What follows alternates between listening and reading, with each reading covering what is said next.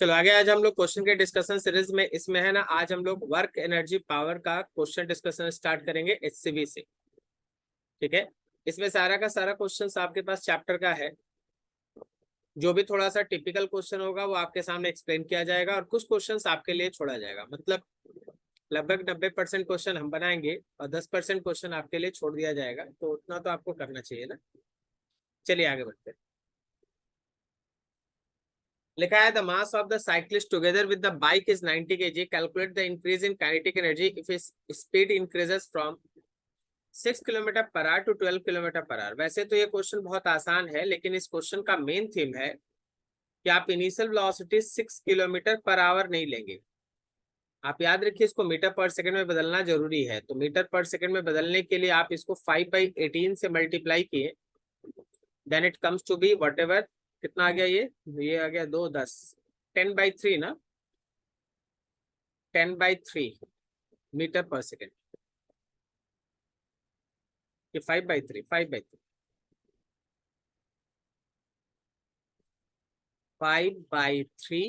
Metre per second. ठीक है, तो 5/3 मीटर पर सेकेंड हो गया आपका इनिशियल वेलोसिटी। फाइनल वेलोसिटी में जैसे लिखा था 12 किलोमीटर पर आवर, तो ये वैल्यू हो गया आपका 12 इंटू 5/18।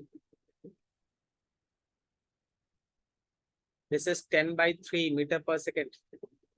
अब आपको इंक्रीज इन काइनेटिक एनर्जी पूछा है, तो that kinetic energy will be equals to final kinetic energy minus initial. Data use कर लीजिए, हाफ एम बी फाइनल का square,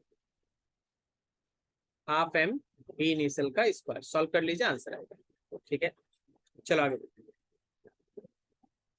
A block of mass 2 kg moving at a speed of 10 metre per second accelerate at acceleration दिया है, initial velocity दिया है और time दिया। आपसे फाइनल काइनेटिक एनर्जी पूछा। मतलब सबसे पहले आप फाइनल वेलोसिटी निकाले u + 80 से। एक बार फाइनल वेलोसिटी आ जाए तो काइनेटिक एनर्जी आप फाइनल लिख सकते हैं, दैट इज हाफ एम, जो भी फाइनल वेलोसिटी है उसका स्क्वायर। ठीक है, सब छोटा छोटा क्वेश्चन है, अभी तो स्टार्ट है ना। लिखा है a box is push through 4 metre across a floor offering 100 newton resistance. How much work is done by the resistance force. अगर आप किसी ब्लॉक को किसी सरफेस पे राइट की तरफ मोशन कराते हैं, पुश करते हैं आप, तो जो रेजिस्टेंस हमारे इस सरफेस का होगा वो लेफ्ट की तरफ लगेगा। डिस्प्लेसमेंट आपके राइट की तरफ है, रेजिस्टेंस फोर्स लेफ्ट की तरफ है। तो अगर आप यहाँ वर्क निकालते हैं तो जो भी रेजिस्टेंस फोर्स है उसको डिस्प्लेसमेंट से मल्टीप्लाई कीजिए, लेकिन साइन रहेगा निगेटिव। क्यों? क्योंकि फोर्स और डिस्प्लेसमेंट का डायरेक्शन अपोजिट है। ठीक है, लिखा block of mass 5 kg slide down in incline of inclination 30 and length 10 metre. Find the work done by the force of gravity. ये आपके पास कोई एक इंक्लाइन प्लेन है, इस पे ये कोई एक ब्लॉक है जिसका मास m है, उसको आप नीचे की तरफ स्लाइड करा रहे हैं। कितना स्लाइड करा रहे हैं? तो क्वेश्चन में मेंशन है कितना है, 10 मीटर। 10 metre 10 metre. ये आपका एंगल ऑफ इंक्लिनेशन दिया हुआ है 30 डिग्री। तुमसे पूछा गया कितना वर्क होगा बाय ग्रेविटी। तो ग्रेविटी फोर्स आपका नीचे की तरफ लग रहा है। आप चाहें तो इस फोर्स का इस डायरेक्शन में कंपोनेंट ले लें, फोर्स का कंपोनेंट लेके सीधा डिस्प्लेसमेंट से मल्टीप्लाई कर दें। तो अगर ये mg है तो हम लोग बहुत सारा न्यूमेरिकल बना चुके हैं, जिसमें इधर वाला कंपोनेंट आपको पता है mg sin थीटा है। mg sin थीटा को फोर्स किसका निकालना है? ग्रेविटी का। सॉरी, फोर्स ग्रेविटी, थोड़ा गलत बोल गए, वर्क ग्रेविटी का निकालना है। वर्क निकालना है ग्रेविटी फोर्स का। तो आप ले लिए फोर्स ऑफ ग्रेविटी का वो पार्ट जो डिस्प्लेसमेंट की तरफ है, या फिर force of gravity into displacement, और दोनों के बीच का एंगल। देखो डिस्प्लेसमेंट, देखिए दो तरीका है, हम दोनों तरीका को मिक्स करके बोल रहे हैं तो शायद आप कंफ्यूज हो जाए। दो तरीका, या तो फोर्स ले लीजिए mg sin थीटा, तो उसको सीधा 10 मीटर से मल्टीप्लाई कर दीजिए, या फिर आप फोर्स लीजिए mg, तो आप डिस्प्लेसमेंट जब 10 मीटर लेंगे तो दोनों के बीच का एंगल लीजिए, जो लेना लेके बनाइए। आंसर एक ही आने वाला है and that is mg sin theta into D. ठीक है, mg sin theta into D, क्योंकि यहाँ का ये जो एंगल आपको दिखाई दे रहा है ना, that is 90 minus theta. Clear है, दोनों में से जो चाहे अच्छा लगे लगा।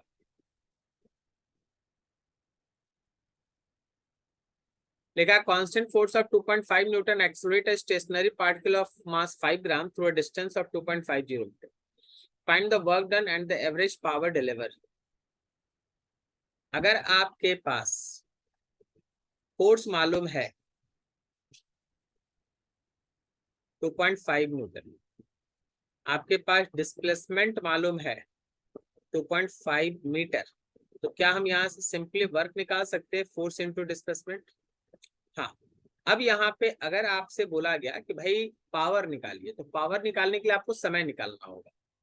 समय निकालने के लिए फोर्स में मास से डिवाइड कीजिए, एक्सेलरेशन आ जाएगा। फिर आप लगाइए S is equal to ut plus half at square, जिसमें यूटी वाला टर्म 0 है। यहाँ पुट कीजिए हाफ एटी स्क्वायर, और आपके पास यहाँ से टाइम का वैल्यू हो गया अंडर रूट 2s बाई ए। यहाँ से आप टाइम निकाल लीजिए। एक बार अगर आपको टाइम आ गया तो पावर, जो भी आप फर्स्ट केस में वर्क निकाले हैं, उसको बस इस टाइम से डिवाइड कर लीजिए, आपको पावर मिल जाएगा। क्लियर है? देखो, सबसे पहले तो यहाँ से वर्क निकाल लो फोर्स इंटू डिस्प्लेसमेंट करके। फिर जैसा कि फोर्स और मास दिया है, वहां से आप एक्सेलरेशन निकालो। एक्सेलरेशन और डिस्प्लेसमेंट का यूज करके, एक्सेलरेशन और डिस्प्लेसमेंट का यूज करके टाइम निकालो, और फिर power is equal to work by time, इसका यूज करो। क्लियर है?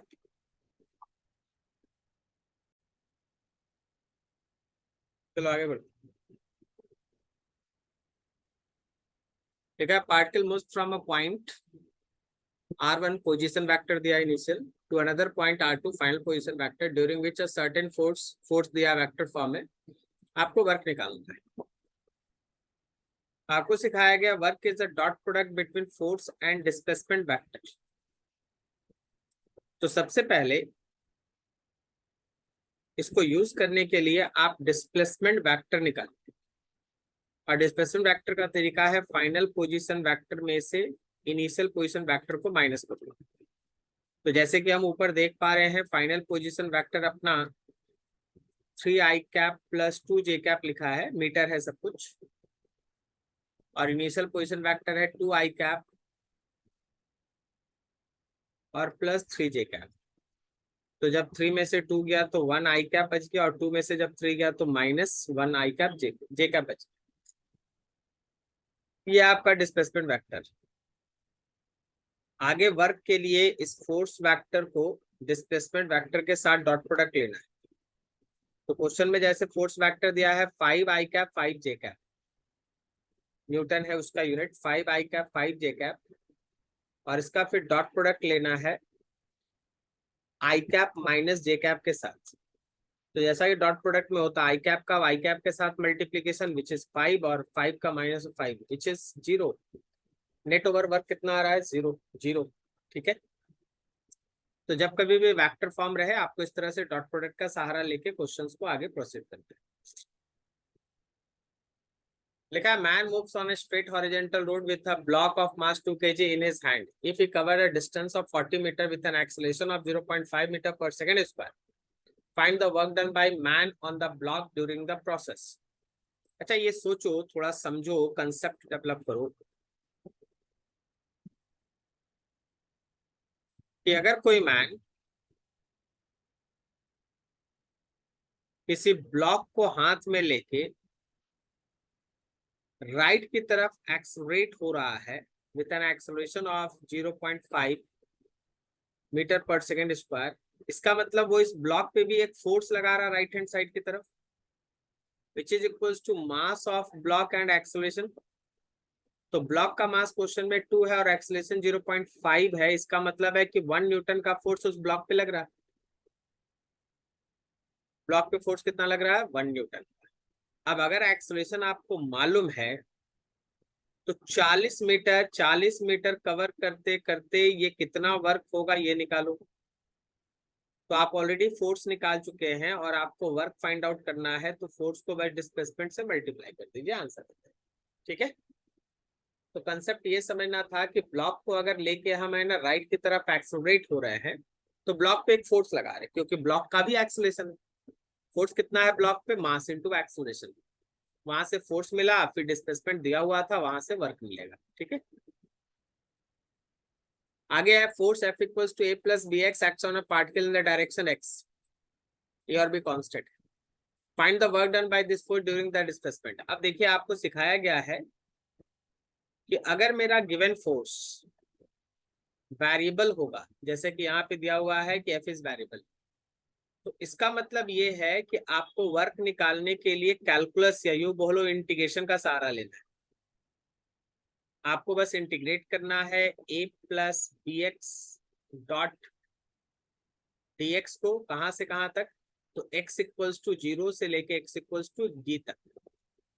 आप इसमें a बाहर निकालें, पहला इंटीग्रेशन x 0 से लेके d तक, फिर आप b बाहर निकालें, x का इंटीग्रेशन हो गया x स्क्वायर बाई 2, 0 से लेके d तक। सॉल्व कर दीजिए, जो आएगा वही आंसर। सॉल्व कर दीजिए, जो आएगा वही answer. This is question number 8। थोड़ा और आगे बढ़िए।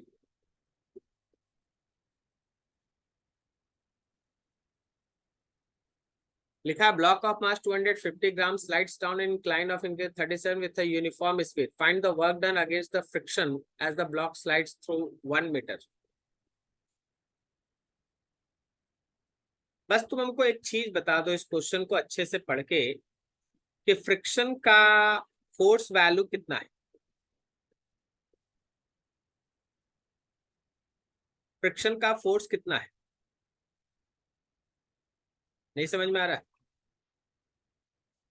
फ्रिक्शन का फोर्स कितना है? हम बस डायग्राम बनाते जा रहे हैं। mg का इधर वाला कंपोनेंट होगा, और आपको भी पता है फ्रिक्शन मोशन के अपोजिट में ऊपर की तरफ ऐसे लग रहा है। जब ये ब्लॉक नीचे जा रहा है और क्वेश्चन में लिखा है कि जिस वेलोसिटी से जा रहा है वो वेलोसिटी कांस्टेंट है, इसका मतलब mg का जो भी कंपोनेंट इस डायरेक्शन में है, जैसे mg का साइन 37 है, याद रखिए कि आपका frictional force exactly mg sine 37 के बराबर है, तभी तो वेलोसिटी कांस्टेंट है। फ्रिक्शन फोर्स मिल गया। डिस्प्लेसमेंट नीचे की तरफ है 1 मीटर, 1 मीटर स्लाइड कर रहा है, यहां से नीचे की तरफ आपका डिस्प्लेसमेंट 1 मीटर है। तो अगर फोर्स मिल गया, डिस्प्लेसमेंट मिल गया, डायरेक्शन दोनों के बीच अपोजिट है, तो आप अगर इस वर्क डन बाय फ्रिक्शन निकालना चाहते हैं तो फ्रिक्शनल फोर्स लीजिए, डिस्प्लेसमेंट से मल्टीप्लाई कीजिए, अपोजिट में होने के कारण माइनस लगाइए। डाटा अवेलेबल है, सॉल्व कर देना, आंसर है। नेक्स्ट क्वेश्चन में लिखा है a block of mass m is kept over another block of mass capital M and the system rests on a horizontal surface. A constant horizontal force F acting on the lower block produce an acceleration of this in the system. The two blocks always moves together. दोनों block एक साथ move कर रहा है। Find the coefficient of kinetic friction between the bigger block and the horizontal surface. Find the frictional force acting on the smaller block. C है find the work done by the force of friction on the smaller block by the bigger block during a displacement d of the system. भाई थोड़ा start कीजिए free body diagram से। जब आप इसको right की तरफ खींच रहे हैं, जब आप इसको राइट की तरफ नीचे से खींच रहे हैं, कहा जा रहा है ये क्वेश्चन में कि ये पूरा सिस्टम राइट की तरफ एक्सलरेट हो रहा है, ऐसा क्वेश्चन में लिखा। तो ऑब्वियसली इस ब्लॉक पे लेफ्ट की तरफ लग रहा है शूडो फोर्स, और उसको मैनेज करने के लिए नीचे वाले सरफेस में लग रहा है फ्रिक्शन। थोड़ा सा नीचे वाला फिगर ठीक करना होगा। इस ब्लॉक पे, ऊपर वाले ब्लॉक पे राइट की तरफ लग रहा होगा फ्रिक्शन, क्योंकि यही फ्रिक्शन तो उसको पीछे नहीं जाने दे रहा है ना, नहीं तो सीडो फोर्स तो उसको खींच के ले जाता पीछे। क्वेश्चन में तो ये बोला हुआ है कि दोनों ब्लॉक एक साथ मूव कर रहा है, तो थोड़ा डाटा पे देखिए। ये एक्सेलरेशन है, ये स्मॉल एम ब्लॉक पे लेफ्ट की तरफ लगने वाला शूडो फोर्स है which is mass into acceleration, और ये स्मॉल एम पर लगने वाला फ्रिक्शन है। अगर block small m capital m के रिस्पेक्ट में पीछे नहीं जा रहा, सबसे पहले ये तो बन गया। चलो एक और चीज हमको सोचना होगा कि हमको नीचे का, यहाँ जैसे क्वेश्चन में फर्स्ट पार्ट में क्या है, find the coefficient of kinetic friction between the bigger block and the horizontal. यहाँ भी तो जमीन पे सोचना होगा, यहाँ भी तो फ्रिक्शन है, यहाँ भी तो लेफ्ट की तरफ एक फोर्स लग रहा है ना फ्रिक्शन का। ठीक है, मान लेते हैं यहाँ का कोएफिशिएंट ऑफ फ्रिक्शन म्यू है, ऊपर वाले फ्रिक्शन को 1 कह दिए, इस फ्रिक्शन को हम लोग 2 कह दिए। तो क्वेश्चन का ए पार्ट सॉल्व करने में ध्यान देना कि एफ नेट कितना है इस पूरे सिस्टम पे। बाहरी फोर्स सोचो, बाहरी फोर्स सोचोगे तो राइट हैंड साइड की तरफ एफ फोर्स लग रहा है, कैपिटल एफ, और लेफ्ट हैंड साइड की तरफ केवल फ्लोर का फ्रिक्शन लग रहा है। नेट फोर्स जब आप सोचते हैं ना तो बाहरी फोर्स सोचिए। बाहरी फोर्स क्यों बोल रहे हैं सर बार बार आप? देखो हम बोल रहे हैं ना कि यहाँ के फ्रिक्शन के बारे में तुम कोई चिंता मत करो, क्योंकि वो सिस्टम का अंदर का फोर्स है। तुमको जो भी सोचना होगा नेट फोर्स में, वो नीचे वाले फ्रिक्शन के बारे में सोचना होगा। तो f net is equal to f minus friction 2। Friction 1 से इसको कोई मतलब नहीं। एफ नेट के लिए इस पूरे सिस्टम का मास है small m plus capital m, और एक्सेलरेशन है ए जो क्वेश्चन में दिया है, यहाँ एफ हो गया, और यहाँ फ्रिक्शन 2 के लिए आप म्यू लेंगे और नीचे वाले फ्लोर का नॉर्मल लेंगे, n2 लेंगे। क्वेश्चन के हिसाब से चलिए m प्लस एम, क्वेश्चन में एक्सेलरेशन की जगह पे लिखा है f बाई, एक बार देख लेते हैं, f by 2 m plus m, f by 2 m plus m ये एक्सेलरेशन का वैल्यू है, and that will be equals to f minus coefficient of friction mu, और नॉर्मल जो आप यहाँ लेंगे ना n2, जो नॉर्मल लेंगे यहाँ पर, वो नॉर्मल तो actually m plus M into G ना होगा, क्योंकि दोनों का वेट तो काम करेगा ना, नीचे वाले सरफेस का नॉर्मल, दोनों का वेट काम करेगा। यहाँ देखो भाई m प्लस एम के साथ ये m प्लस एम कट गया, लेफ्ट हैंड साइड में हो गया f by 2, right hand side में f minus mu m plus m and g। इस mu m plus m and g को लेफ्ट में ले आओ, राइट हैंड साइड में f माइनस एफ बाई 2 आ गया, इसको सॉल्व कर दिए तो f बाई 2 हो गया। नीचे जाओगे म्यू का वैल्यू आपको चाहिए, तो म्यू का वैल्यू हो गया, पहला आंसर हो गया f by 2 m plus m and g, ये पहला आंसर। फ्रिक्शनल कोएफिशिएंट चाहिए था फ्लोर और ब्लॉक के बीच, वो तुम्हारा। क्वेश्चन के दूसरे हिस्से के लिए बोला गया है कि देखिए, देख लीजिए, आप ही लोग पहले देख लीजिए। बी में लिखा find the frictional force acting on the smaller block. Question में ये मेंशन क्या है ना कि दोनों ब्लॉक एक दूसरे के रिस्पेक्ट में स्लिप नहीं कर रहा, दोनों ब्लॉक एक साथ जा रहा है। तो स्मॉल एम कैपिटल एम के साथ, स्मॉल एम कैपिटल एम के साथ तभी जाएगा जब लेफ्ट की तरफ का शैडो फोर्स और राइट की तरफ लगने वाला फ्रिक्शन दोनों बराबर हो। अगर शैडो फोर्स बड़ा होता तो ब्लॉक पीछे ना स्लिप कर जाता है। Since small m moves with capital m, therefore जो फ्रिक्शनल फोर्स स्मॉल एम पे लग रहा है वो एग्जैक्टली शैडो फोर्स के बराबर है। तो m into acceleration, small m acceleration के जगह पे f by 2 m plus m. ठीक है, ये रहा फ्रिक्शनल फोर्स जो स्मॉल एम पे लग रहा है कैपिटल एम के कारण। अब क्वेश्चन का थर्ड हिस्सा देखो। थर्ड हिस्से में बोला है find the work done by the force of friction on the smaller block. कहने का मतलब F1 कितना काम कर रहा है during the displacement D of the system. भाई देखिए फिगर को देखिए और समझिए, इस पूरे सिस्टम का डिस्प्लेसमेंट राइट की तरफ है और ये फ्रिक्शनल फोर्स भी राइट की तरफ है। तो जो आप फ्रिक्शनल फोर्स निकाले हैं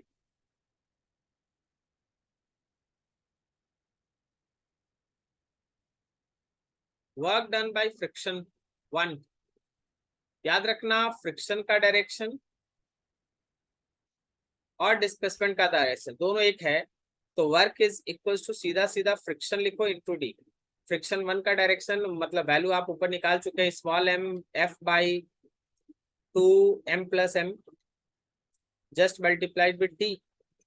ये आपका वर्क डन आ गया फ्रिक्शन 1 के कारण। ठीक है, ये क्वेश्चन बहुत अच्छा है।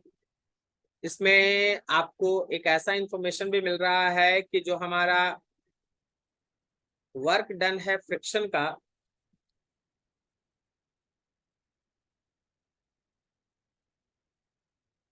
वो पॉजिटिव भी हो सकता है। Work done by friction can be positive. नहीं तो जनरली हम लोग क्या करते हैं, फ्रिक्शन के अगेंस्ट में डिस्प्लेसमेंट लेके हर न्यूमेरिकल में लगभग हमको लगता है 10 में से 10 नहीं 100 में से लगभग 90 से ज्यादा न्यूमेरिकल ऐसा होता है जिसमें फ्रिक्शन निगेटिव वर्क करता है, जिसमें फ्रिक्शन है ना निगेटिव वर्क करता है। ये आपके पास है जहां फ्रिक्शन पॉजिटिव वर्क कर रहा है। क्लियर है?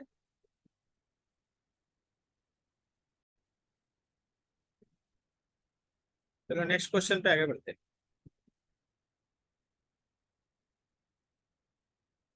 लिखा है बॉक्स में 2000 newton is to be slowly slide through 20 metre on a straight track having friction coefficient 0.2 with the box. Find the work done by the person pulling the box with a chain at an angle theta with the horizontal. Find the work when the person has chosen a value of theta which ensure him the minimum magnitude of force. Actually first question बहुत general है लेकिन second question बहुत interesting. ठीक है, चलिए थोड़ा इसका एक डायग्राम पहले बना ले। ये मान लीजिए एक हॉरिजॉन्टल सरफेस है, इसके ऊपर एक बॉक्स है, इस बॉक्स पे कोई एक पर्सन इस डायरेक्शन में एक फोर्स लगा रहा है। इस फोर्स का इस फोर्स का हॉरिजॉन्टल के साथ कुछ एंगल है।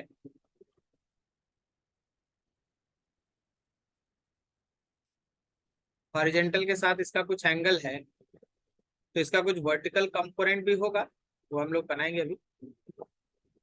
अब अगर आप यहाँ पे इस फोर्स को आप एफ लिखते हैं, ये एंगल थीटा है, तो एफ का इधर वाला कंपोनेंट एफ कॉस थीटा होगा और एफ का ऊपर वाला कंपोनेंट एफ साइन थीटा होगा। करेक्ट है ना?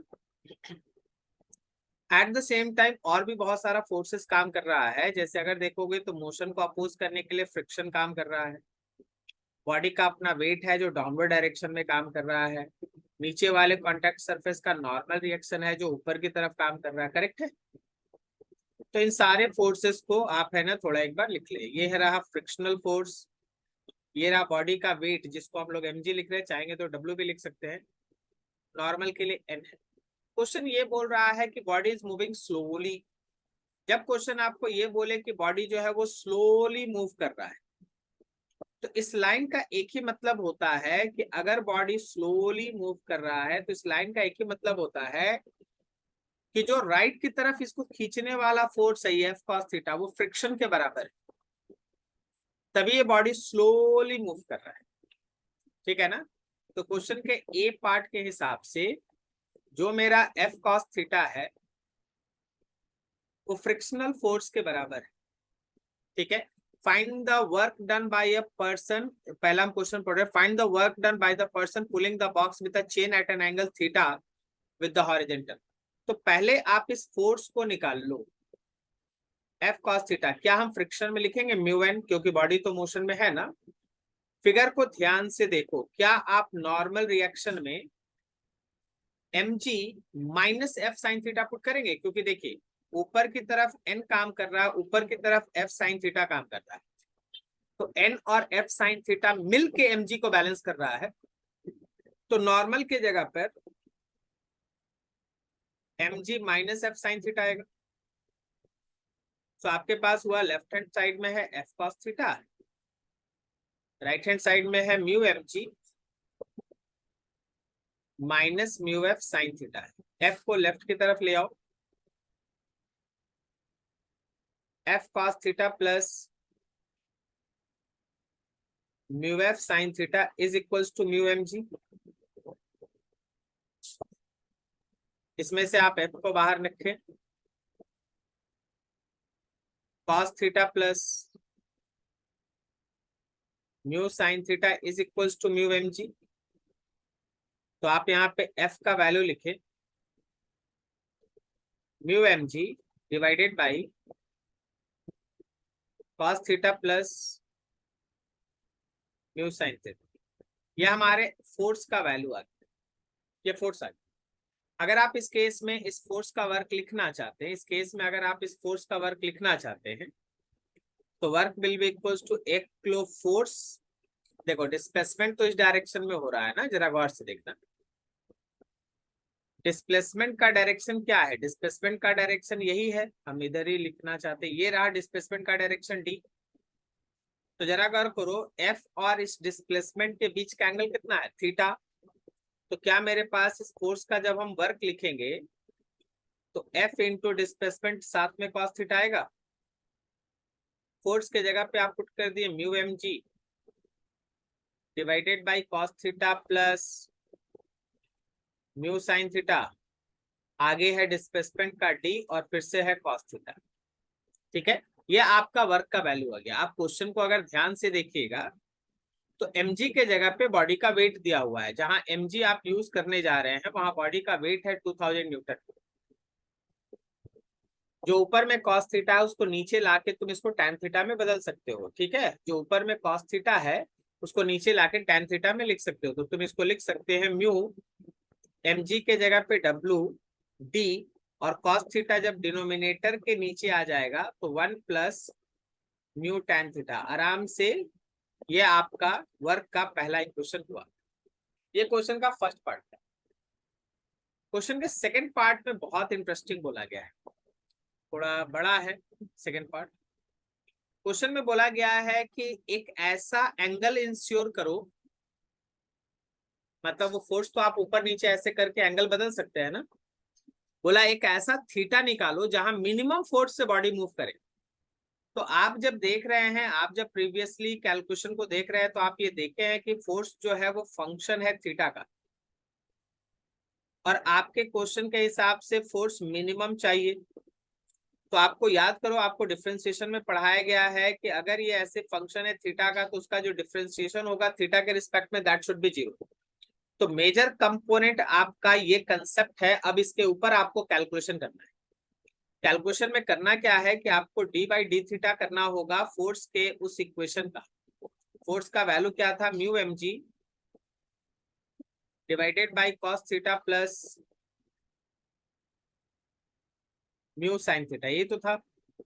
इसी का डिफरेंशिएशन करके उसको जीरो करना है। इसमें से म्यू एम जी को बाहर निकालो,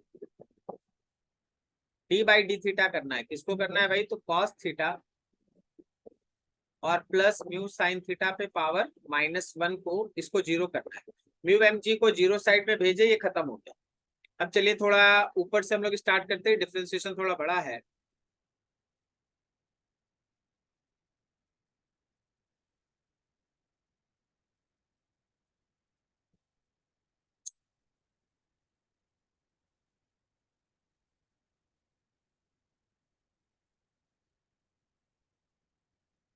हाँ,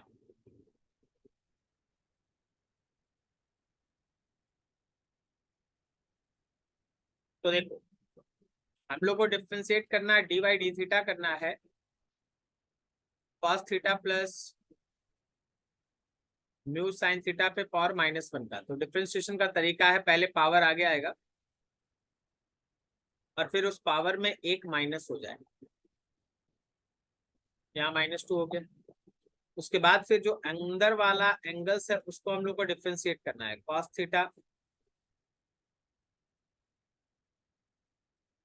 प्लस म्यू साइन थीटा का differentiation, and that will be equals to zero. यहाँ पे हो गया -1 आगे cos theta plus mu sine theta पे पावर -2। यहाँ कॉस थीटा का डिफरेंशिएशन करोगे तो माइनस साइन थीटा आएगा, और प्लस म्यू साइन थीटा का डिफरेंशिएशन करोगे तो कॉस थीटा आएगा, and that will be equals to zero. जरा गौर करना, इसको आप लिख सकते हैं ऐसे, ये स्क्वायर ब्रैकेट अंदर minus sine theta plus mu cos theta, और इसमें डिवाइड करो, ये माइनस तो रहेगा, cos theta plus mu sine theta, या म्यू है म्यू साइन थीटा के square, and that will be equals to zero. तो जरा गौर कीजिए कि जो मेरे एलएचएस में है, जो मेरे एलएचएस में उसका denominator term, numerator term, denominator term, numerator ऊपर डिनोमिनेटर नीचे। डिनोमिनेटर को तो आप जीरो कर नहीं सकते, कारण डिनोमिनेटर को जीरो कीजिएगा तो लेफ्ट हैंड साइड इंफिनिटी हो जाएगी। तो न्यूमरेटर को आप 0 करेंगे, कहने का मतलब minus sine theta plus mu cos theta को आप 0 करेंगे। जब आप minus sine theta plus mu cos theta को 0 कर रहे हैं तो यहां से आ रहा mu cos theta is equals to sine theta. इसका मतलब है कि mu is equals to sine theta by cos theta. So जहां भी म्यू है या जहां भी टैन थीटा है आप म्यू यूज कर सकते हैं। जहां भी टैन थीटा वहां आप म्यू यूज कर सकते हैं, सही है ना। अगर टैन थीटा के जगह पे, अब हम कोई डाटा आपके लिए निकाल देते हैं, अगर हम टैन थीटा के जगह पे म्यू यूज कर रहे हैं तो कहीं भी अगर साइन थीटा है तो देखो टैन थीटा का मतलब हो गया क्या, टैन थीटा का मतलब हो गया परपेंडिकुलर बाई बेस। तो अगर हम साइन थीटा लिखेंगे तो देखो यहाँ बेस के जगह पे 1 है। हाँ, तो क्या हम साइन थीटा में परपेंडिकुलर के जगह म्यू और हाइपोटेनस के जगह म्यू स्क्वायर प्लस 1 यूज करेंगे अगर हमको साइन थीटा का जरूरत पड़ता तो। और अगर हमको कॉस थीटा का जरूरत पड़ गया तो 1 by root under mu square plus 1 use करेंगे। तो आपको जो भी चाहिए आप यहां से लिखा सकते, ठीक है। इस क्वेश्चन पे ध्यान देना कि हाँ टैन थीटा की जगह पे म्यू आया है। अब क्वेश्चन क्या पूछ रहा था उस क्वेश्चन को थोड़ा एक बार पढ़ लो, तब तुम्हारा दिमाग और काम करेगा। तुमसे पूछा गया find the work when person has chosen a value of theta which ensure that minimum magnitude of force। तो आप जरा देखिए वर्क का जनरल फॉर्मूला आपके पास ये आ चुका था ना, यहाँ पर ये देखो ये वर्क का एक जनरल फॉर्मूला आ चुका था ना। तो बस करना क्या है कि जहां आपका tan थीटा है वहां एक म्यू यूज कर लेना है। तो tan थीटा के जगह पे म्यू, और ये थीटा कैसे आया, ये वो थीटा है जहां कम से कम फोर्स अगर आदमी लगाएगा ना तो भी बॉडी मूव कर जाएगा, ठीक है। ये क्वेश्चन ध्यान रखना, कभी कभी तो ये सेकंड नंबर क्वेश्चन ही तुमसे पूछ दिया जाता है कि मिनिमम एंगल बताओ, सॉरी एंगल बताओ जहां कम से कम फोर्स में कोई बॉडी है ना स्लाइड करना स्टार्ट कर दे। ऐसा तुमको laws of motion friction chapter में भी एक क्वेश्चन, फ्रिक्शन चैप्टर में भी एक क्वेश्चन, ठीक है, जहां बोला गया कि भाई एक एंगल बताइए जहां कम से कम फोर्स में भी बॉडी मूव करे, तो यही एंगल आता है। क्लियर है। अभी कुछ नहीं करना है, बस यहाँ जो टैन थीटा उसके जगह पे म्यू वैल्यू पुट कर देना, आंसर आ जाएगा। बहुत अच्छा क्वेश्चन, ठीक है, ध्यान रखना। नेक्स्ट क्वेश्चन में आओ। लिखा है block of weight 100 newton is slowly slip up on a smooth incline of inclination 37 by a person. Slip, slide up, slowly slide up, ऊपर जा रहा। Calculate the work done by the person in moving the block through a distance of 2 meter if the driving force is parallel to the incline, और second है in the horizontal direction। पहले case 1 के लिए एक FBD बनाए।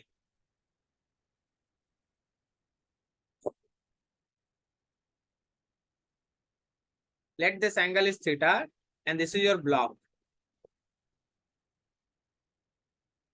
Question का कहना है कि it is moving up, slide up. Free body diagram के हिसाब से चलो, नीचे की तरफ mg लग रहा है, अगर ये ऊपर की तरफ स्लाइड कर रहा है तो फ्रिक्शन नीचे लग रहा है। लेकिन क्वेश्चन का पहले हिस्से में एक एक्सटर्नल फोर्स है which is parallel to the incline, तो ऑब्वियसली ये ऊपर खींचेगा, ये ऊपर खींचेगा तभी ना ऊपर जाएगा, नहीं तो ऊपर जाने का कोई फोर्स ही नहीं मिलेगा। अब जरा गौर कीजिए, एक फोर्स का कंपोनेंट आपको इधर भी मिलेगा mg वाला, और इस फोर्स के अगेंस्ट में नॉर्मल भी रहेगा। तो देखो फ्री बॉडी डायग्राम के हिसाब से दिस इज योर mg,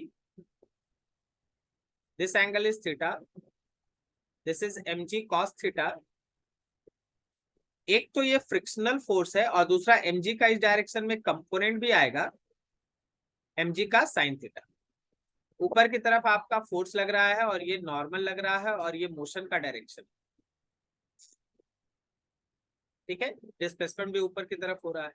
अगर ये स्लोली मूव कर रहा है तो स्लोली मूव करने का मतलब हुआ कि जो आपका फोर्स है वो नीचे वाले mg साइन थीटा और नीचे की तरफ लगने वाले फ्रिक्शन को बैलेंस करता है। तो जो आपका फोर्स है वो mg sign theta plus friction के जगह पे म्यू एन है और एन के जगह पे mg कॉस थीटा है। तो आपके फोर्स का अभी का वैल्यू हो गया mg, कॉमन ले लो, sine theta plus mu cos theta. For D displacement ऊपर की तरफ है। फॉर डी डिस्प्लेसमेंट आप अगर वर्क निकालेंगे तो फोर्स इंटू डी कर लीजिए, ये आपका वर्क आ जाएगा। फोर्स के जगह पे ये वाला वैल्यू पुट कर लेंगे। ये था फर्स्ट पार्ट, जिसमें आपका फोर्स जो है वो इंक्लाइन के पैरेलल है, पैरेलल फोर्स है, ये पैरेलल फोर्स है। लेकिन क्वेश्चन के दूसरे हिस्से में हम लोग को हॉरिजेंटल फोर्स लगा के सारे सिचुएशन को डिस्कस करना है। क्वेश्चन का सेकंड हिस्सा फिर से एक फ्री बॉडी डायग्राम। देखिए ये सब आंसर है ना आपके एफबीडी से ही आएगा।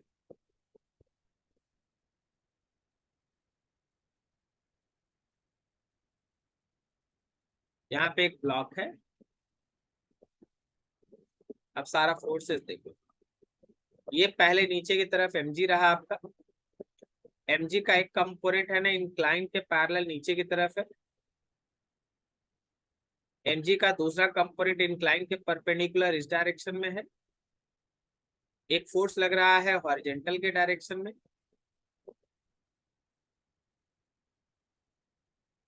यहाँ नीचे की तरफ लगेगा फ्रिक्शन, यहाँ ऊपर की तरफ लगेगा नॉर्मल, और इवन तुम्हारे इस फोर्स का एक कंपोनेंट आएगा ऊपर की तरफ जो इसको ऊपर ले जाने का काम करेगा। और जैसा कि क्वेश्चन में मेंशन है कि इसका मोशन ऊपर की तरफ हो रहा है स्लोली। एक और फोर्स आएगा इस डायरेक्शन में, वो हम अभी बना देते हैं, बताइए। देखिए ये एंगल है थीटा, देखते चलिएगा अच्छे से। ये बॉडी का mg लगा, यहाँ का एंगल थीटा हो गया, इधर वाला कंपोनेंट mg का cos थीटा हो गया, और ये वाला कंपोनेंट mg का sin थीटा हो गया। बिकॉज इसका मोशन ऊपर है, ये बॉडी ऊपर की तरफ मूव कर रहा है, तो फ्रिक्शन नीचे, ठीक है। ये हॉरिजॉन्टल डायरेक्शन में एक F काम कर रहा है।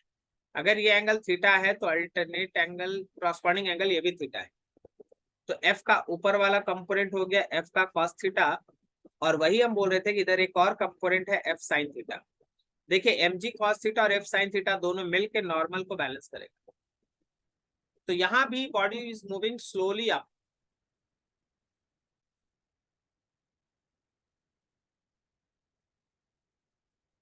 Body is moving slowly. इसका मतलब है कि ऊपर लगने वाला जो F cos थीटा है वो नीचे की तरफ का जो mg sin थीटा है और नीचे की तरफ का जो फ्रिक्शन है, इन दोनों को बैलेंस करके रखते हैं। आप लिख सकते हैं F cos theta will be equals to mg sin theta, और फ्रिक्शन में आप लिखेंगे म्यू एन। मेन खेल नॉर्मल का है। F cos थीटा यहाँ पे है mg sin थीटा। चलो जरा फिगर देखो अच्छे से, और ये नॉर्मल रिएक्शन बताने का कोशिश करो। क्या ये नॉर्मल रिएक्शन अभी mg का cos थीटा और प्लस f का sin थीटा है ना? अब आप कोशिश करो ये कि यहाँ से है ना f का वैल्यू निकाले, f का वैल्यू निकाले। तो ये आपके पास f cos थीटा आया लेफ्ट हैंड साइड में, राइट हैंड साइड में mg sin थीटा है plus mu mg cos theta है और plus mu f sin theta है। ये f cos थीटा रहा लेफ्ट में, राइट का म्यू f sin थीटा को लेफ्ट में ले आए, mu f sin theta minus हो गया। इन दोनों में से mg कॉमन ले ले तो sin theta plus mu cos theta हो गया। थोड़ा सा और आगे बढ़ो, इसमें से f को बाहर निकाल लो जो हमको फोर्स चाहिए, cos theta minus mu sin theta, यहाँ पे mg है sin theta plus mu cos theta.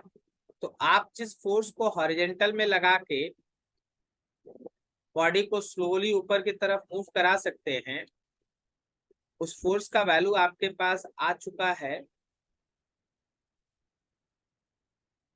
ये रहा mg sin theta plus mu cos theta divided by cos theta minus mu sin theta. इतना फोर्स चाहिए हॉरिजॉन्टल डायरेक्शन में, तभी block ऊपर की तरफ स्लोली मूव करेगा। अब जरा गौर से देखना, एक बार फिर से डायग्राम को देखना। F है हॉरिजॉन्टल डायरेक्शन में और बॉडी का डिस्प्लेसमेंट है इस डायरेक्शन में। क्या डिस्प्लेसमेंट और F के बीच का एंगल थीटा है? क्या डिस्प्लेसमेंट और देखिए सिंपल से देखिए, फोर्स है हॉरिजॉन्टल, वैल्यू ऊपर निकला हुआ, और डिस्प्लेसमेंट है इंक्लाइन के पैरेलल ऊपर की तरफ। तो अगर ये मेरा फोर्स है, ये मेरा डिस्प्लेसमेंट है, बीच का एंगल थीटा है, तो आप यहाँ से सिंपल लिख सकते हैं ना, work is equal to force into displacement, और दोनों के बीच के एंगल का कोसाइन वैल्यू। फोर्स के जगह पे ये जो डाटा अभी आप ऊपर तुरंत निकाले हैं, mg sign theta plus mu cos theta divided by cos theta minus mu sine theta, ये तो पूरा फोर्स के जगह पे आ गया। फिर आपके क्वेश्चन में डिस्प्लेसमेंट 2 मीटर दिया हुआ है, फिर आप यहाँ पे कॉस थीटा लिख दे, सॉल्व कीजिएगा, आंसर है। Very very good questions. Actually ये जो 2 लगातार क्वेश्चन है, बेहतरीन क्वेश्चन है, बहुत अच्छा। ये और ये 11 और 12, ठीक है। वैसे एचसीबी में हर क्वेश्चन ही आपको कुछ अलग चीज, नया चीज सिखाएगा, तो सीखते रहना है, ध्यान से धीरे धीरे चलना है, सीखना है, और क्या।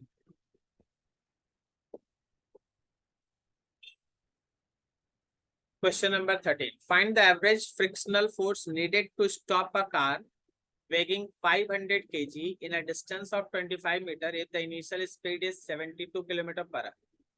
तुम चाहो तो इसको काइनेमेटिक्स से बना सकते हो, तुम चाहो तो इसको वर्क एनर्जी पावर से बना सकते हो। बिकॉज हम लोग वर्क एनर्जी पावर डिस्कस कर रहे हैं, तो 72 km/h का मतलब हो गया 20 मीटर पर सेकेंड। ओके, क्या हम ऐसे लिख सकते हैं,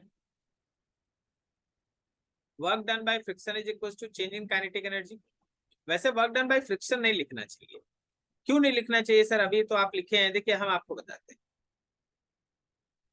मान लीजिए जैसे कार एक ब्लॉक है, और ये ब्लॉक किसी सरफेस पे राइट की तरफ चल रहा था किसी इनिशियल वेलोसिटी से which is 20 metre per second, और ये थोड़ी देर के बाद जाके रुक गया, ठीक है ना। ये थोड़ी देर के बाद इसका फाइनल वेलोसिटी हो गया 0।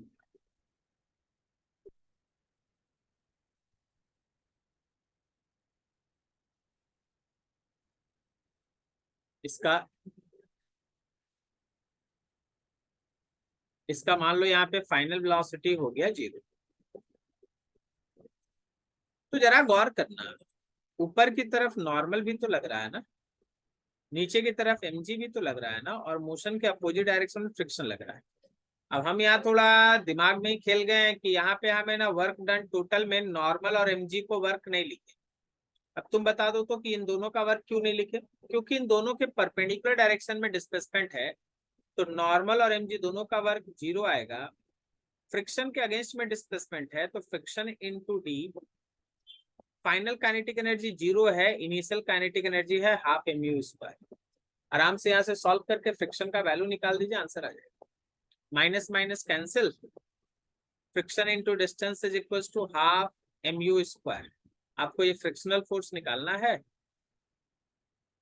हाफ mu² में आप d से डिवाइड कर ले, आंसर आ जाएगा, ठीक है। तो छोटा मोटा क्वेश्चन आप आराम से।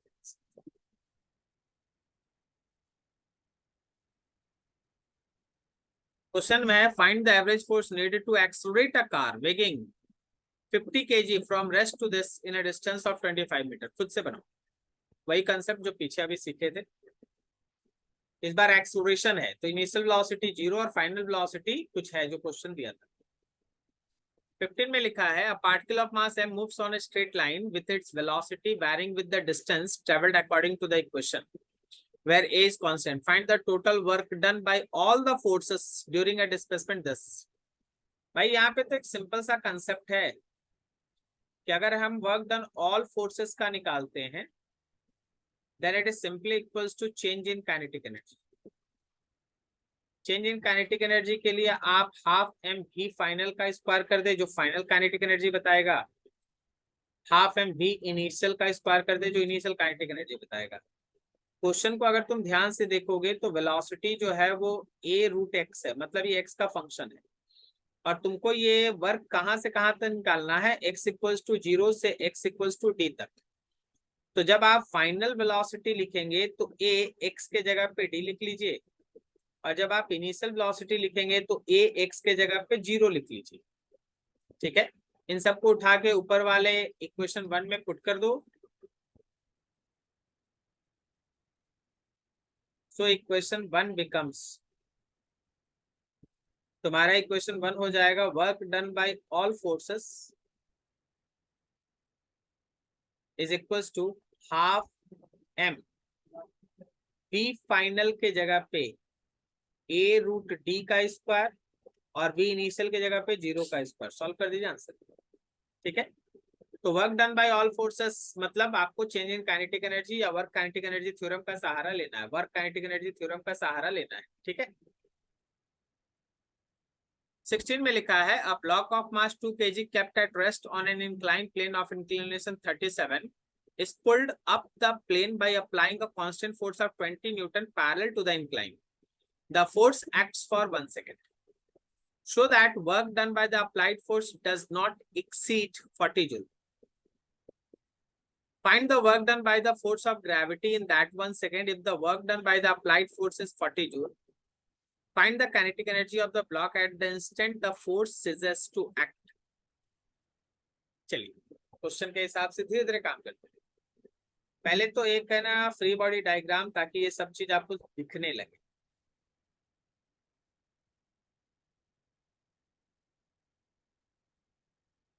ये एक इंक्लाइन प्लेन है जिसका एंगल ऑफ इंक्लिनेशन थीटा है, 37 क्वेश्चन में मेंशन है 37। आप इस पे एक ब्लॉक को रखे हैं, ब्लॉक का मास m है।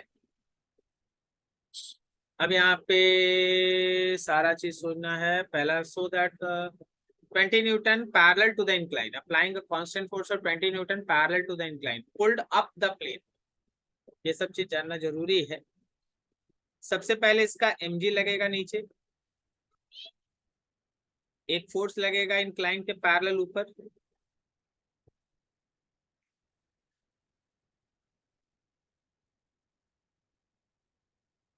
और तो कुछ है नहीं ना। हम एक्चुअली फ्रिक्शन खोज रहे, फ्रिक्शन तो नहीं है ना फ्रिक्शन। तो तुम जरा गौर करो, तुम जरा गौर करो, इस बॉडी का डिस्प्लेसमेंट है ऊपर, बॉडी का डिस्प्लेसमेंट है ऊपर, एक नॉर्मल रिएक्शन भी है इस डायरेक्शन में। तो ये रहा बॉडी का mg, ये रहा आपका एक्सटर्नल फोर्स F, और ये रहा नॉर्मल। ये लग रहा है, फ्रिक्शन लग नहीं रहा, मतलब फ्रिक्शन है। क्वेश्चन के हिसाब से बोला गया so that the work done bye, अभी देखिए ये जो फोर्स है वो 20 न्यूटन का है, मास बॉडी का 2 kg है, 2 kg का मतलब ये mg भी 20 न्यूटन का हो गया। अभी आपको इस क्वेश्चन में ये भी पता करना है कि ब्लॉक ऊपर किस एक्सेलरेशन से जाएगा। तो उसके लिए आप mg को कंपोनेंट्स में तोड़े। mg का एक इधर वाला कंपोनेंट हो गया as usual mg cos theta, और इस डायरेक्शन में हो गया mg sin थीटा। फ्रिक्शन लग नहीं रहा, बार बार हम इस चीज को मेंशन कर रहे हैं। तो इधर है mg का sin थीटा, ये एंगल थीटा आता है, तो इधर वाला कंपोनेंट है mg का cos थीटा। ये ऑब्वियसली जरा mg sin थीटा निकाल लीजिए। आप जब mg sin थीटा निकालिएगा तो m है 2, g है 10 और sin 37 का वैल्यू है 3/5। 5 से 1 कट गया, 2 बार में 2 2 4, 12 न्यूटन। अब तुम देखो, सोचो समझो, mg sin थीटा है 12 न्यूटन का, और ऊपर की तरफ फोर्स लग रहा 20 न्यूटन का। इसका मतलब है कि ये बॉडी, ये सिस्टम ऊपर की तरफ एक्सेलरेटेड है। अगर आप उस एक्सेलरेशन को निकालना चाहते हैं तो f net parallel to the incline होगा एफ माइनस mg का साइन थीटा। एफ है 20 न्यूटन, mg साइन थीटा है 12 न्यूटन, और नेट फोर्स में आएगा मास इंटू एक्सेलरेशन। मास के जगह पे 2 लिखिए एक्सेलरेशन, और 20 माइनस 12 दैट इज 8। तो आपके एक्सेलरेशन का वैल्यू हो गया 4 मीटर पर सेकेंड स्क्वायर। इसका मतलब है कि ये ब्लॉक ऊपर की तरफ एक्सेलरेट हो रहा है 4 मीटर पर सेकेंड स्क्वायर से। अगर ये ऊपर की तरफ एक्सेलरेट हो रहा 4 मीटर पर सेकेंड स्क्वायर से, तो 1 सेकेंड में इसका डिस्प्लेसमेंट निकालो। जैसे क्वेश्चन में बोला है ना, force acts for 1 second, 1 second. Therefore, displacement of block, block का displacement S is equal to लिख दे ut plus half AT square, S है, UT 0 है, प्लस हाफ एक्सेलरेशन के जगह पे 4 है और टाइम के जगह पे 1 का स्क्वायर है। तो क्या ये डिस्प्लेसमेंट 2 मीटर आया? डिस्प्लेसमेंट है 2 मीटर, ऊपर की तरफ ही डिस्प्लेसमेंट है, डिस्प्लेसमेंट ऊपर की तरफ है 2 मीटर। तो अगर आपसे बोले कोई कि फोर्स कितना वर्क किया, तो work done by force is equal to force into displacement. Therefore work done by force is equal to force into displacement और दोनों के बीच का angle that is 0 degree. Force है आपका 20 न्यूटन, डिस्प्लेसमेंट है आपका 2 मीटर। तो क्या ये 40 जूल का वर्क आया? यही तो क्वेश्चन में लिखा हुआ है कि show that work done by the applied force does not exceed 40 joule. ये 40 जूल से ज्यादा नहीं हो सकता, इससे कम हो सकता है, लेकिन 40 जूल से ज्यादा नहीं हो सकता। ठीक है। क्वेश्चन का B part, find the work done by the force of gravity in that 1 second. उसी 1 सेकेंड में फोर्स ऑफ ग्रेविटी का वर्क बताओ। अब देखो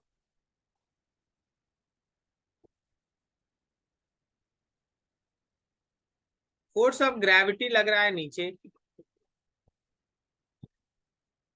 और डिस्प्लेसमेंट है इस डायरेक्शन में। ठीक है, तो आप इस S और इस mg के बीच का एंगल निकालिएगा। जब आप ये एंगल निकालिएगा तो फिगर वाइज अगर चलिएगा, हम आपको समझाए थे, बहुत इजी है। आपको याद होगा कि ये एंगल हम लोग है ना थीटा लेते थे, तो क्या ये हम लोग का π/2 प्लस थीटा हो जाएगा? π/2 प्लस थीटा। तो अभी तुम्हारे पास वर्क का वैल्यू हो गया force into displacement into cos, उनके बीच का एंगल π/2 प्लस थीटा। और जब आप यहाँ पे पुट करेंगे तो mg/s इसका वैल्यू होता माइनस साइन थीटा। तो आपके पास हो गया ये minus of mg sine theta into S. देखो मेरे ऐसे लिखने का कारण है कि आप हमेशा इस झमेला में ना फंसे, जो यहाँ पे आपको हम एंगल उंगल बना के दिखा, उसको फंसिए मत। आप देखिए mg का 2 कंपोनेंट है, समझिएगा। mg का एक कंपोनेंट है इधर mg साइन थीटा, और mg का एक कंपोनेंट है इंक्लाइन के परपेंडिकुलर। mg साइन थीटा है और इंक्लाइन के परपेंडिकुलर mg का कॉस थीटा है। तुम बताओ, अगर इंक्लाइन के परपेंडिकुलर mg कॉस थीटा है तो mg कॉस थीटा तो कोई काम नहीं करेगा, जो काम करेगा वो mg साइन थीटा करेगा। ठीक है, और mg साइन थीटा और s के बीच का एंगल कितना है? 180, तो माइनस। यही तो यहाँ सीधा आया है, फोर्स के जगह पे mg साइन थीटा है और s है, और ये माइनस लगा क्योंकि they are in opposite direction. तो आप डायरेक्ट चाहे तो ऐसे भी लिख सकते, फोर्स ले लिए mg sine theta, displacement s हो गया, और उनके बीच का एंगल 180 है, अपोजिट है, तो माइनस लगा दीजिए। बनाने का, न्यूमेरिकल बनाने का बहुत सारा मेथड है। आप एक बार धीरे धीरे करके चीजों को समझने का कोशिश करें। ठीक है, बी वाला हो गया। सी में find the kinetic energy of the block at the instant the force ceases to act. आपको काइनेटिक एनर्जी निकालना है, तो आपको work kinetic energy theorem use करना है। 3 फोर्स काम कर रहा था, एक नॉर्मल, एक mg और एक external force. That all forces का वर्क मिलके होगा change in kinetic energy. Normal का वर्क 0, mg का वर्क है आपके पास mg sine theta into S. Force का वर्क आपके पास 40 जूल आ चुका है। फाइनल काइनेटिक एनर्जी हो गया हाफ mv स्क्वायर, और इनिशियल काइनेटिक एनर्जी ये 0 था। सॉल्व करके भी निकाल दो, आंसर है। ठीक है, सॉल्व करके भी निकालना है, आपका आंसर है। क्लियर है? बहुत अच्छा।